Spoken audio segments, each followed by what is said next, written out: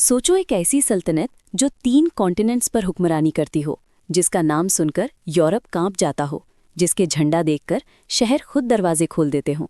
अब सोचो, अगर मैं तुमसे कहूं कि इस अजीम एम्पायर को किसी बाहर के दुश्मन ने नहीं, बल्कि उसकी अपनी एक गलती ने अंदर से तोड़ दिया। ऐसी गलती जो उस वक्त छोटी लगती थी, लेकिन आज हिस्ट्री उसे सबसे बड़ी गलती के नाम से याद करती है। और हैरत की बात यह है कि ये गलती जंग के मैदान में नहीं हुई, ये फैसला खामोशी में लिया गया। ऑटोमन एम्पायर अपने उरूज पर सिर्फ फौज की ताकत की वजह से नहीं थी, बल्कि डिसिप्लिन, सिस्टम और फ्यूचर प्लानिंग की वजह से भी थी। सुल्तान्स सिर्फ जंगजू नहीं होते थे, वो एडमिनिस्ट्रेटर्स भी होते थे। उनके लिए ताकत का मतलब सिर्फ तलवार नहीं, निज़ाम भी होता था। लेकिन वक्त के साथ साथ जैसे जैसे एम्पायर बड़ी होती गई, उसके फैसले भी ज़्यादा सेंसिटिव होते चले गए। हर गलत फैसला पूरी सल्तनत पर असर डालने लगा। यहीं से शुरू होती है वो कहानी जो आमतौर पर हिस्ट्री बुक्स में सिर्फ एक लाइन में लिख दी जाती है, लेकिन असल में ये लाइन ही पूरी ऑटोमन एम्पायर की तकदीर बदलने के लिए काफ़ी थी। सुल्तान ने ये समझ लिया कि सबसे बड़ा खतरा बाहर से नहीं, बल्कि अंदर से होता है। तख्त के लिए अपने ही खून का खतरा। और इस खौफ ने एक ऐसा कानून पैदा किया जो बाद में ऑटोमन एम्पायर के लिए जहर बन गया। इस कानून के मुताबिक नया सुल्तान अपने भाइयों को कत्ल कर सकता था, ताकि फ्यूचर में कोई बगावत ना हो। इसे उस वक्त स्टेट की सर्वाइवल के लिए ज़रूरी समझा गया। और शुरू में ये फैसला काम करता हुआ नजर आया। तख्त मजबूत रहा, बगावतें कम हुई और एम्पायर ने और ज़्यादा फतेहात हासिल की। लेकिन हिस्ट्री अक्सर हमें ये बताती है कि जो चीज़ आज हल लगती है वो कल मसला बन जाती है। धीरे धीरे भाई कत्ल करने के बजाय शहजादों को कैद करना शुरू किया गया। उन्हें महल के एक हिस्से में बंद कर दिया जाता, जिसे कफिस कहा जाता था, बाहर की दुनिया से बिल्कुल कटकर। न जंग का तजुर्बा, न सियासत की समझ, न लोगों से राब्ता, सिर्फ खामोशी, दीवारें और इंतज़ार। सोचो, जो शख्स कल एक अजीम एम्पायर का सुल्तान बनने वाला हो, वो अपनी जवानी 4 दीवारों के बीच गुजार दे। जब ऐसे शहजादे अचानक सुल्तान बनते तो उनके पास सिर्फ टाइटल होता, तैयारी नहीं होती।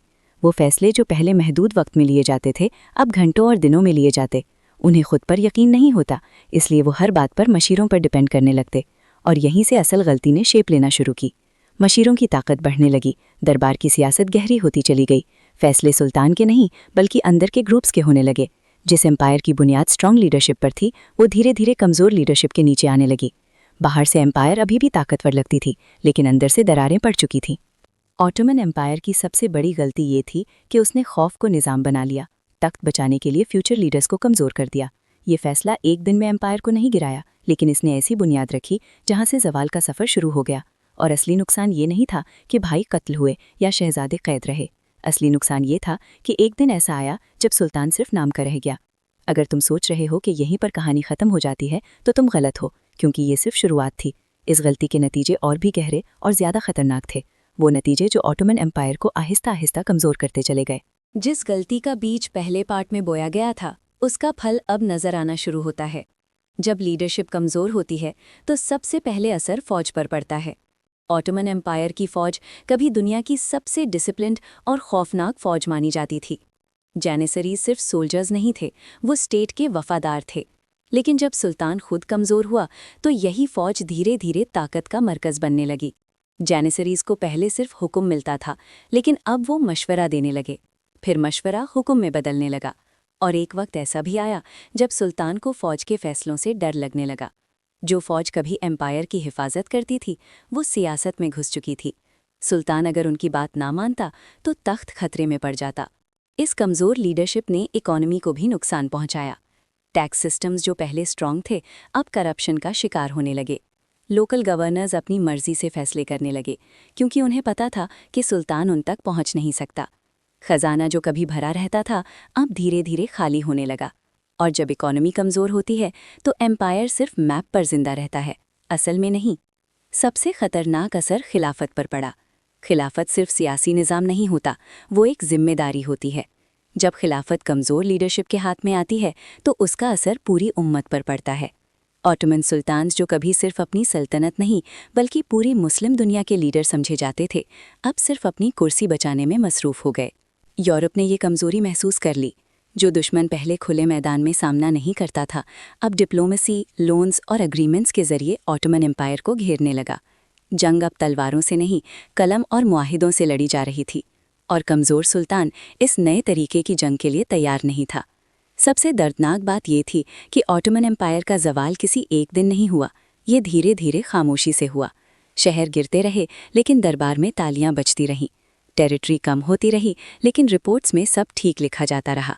और जब तक असल सच सामने आया, बहुत देर हो चुकी थी।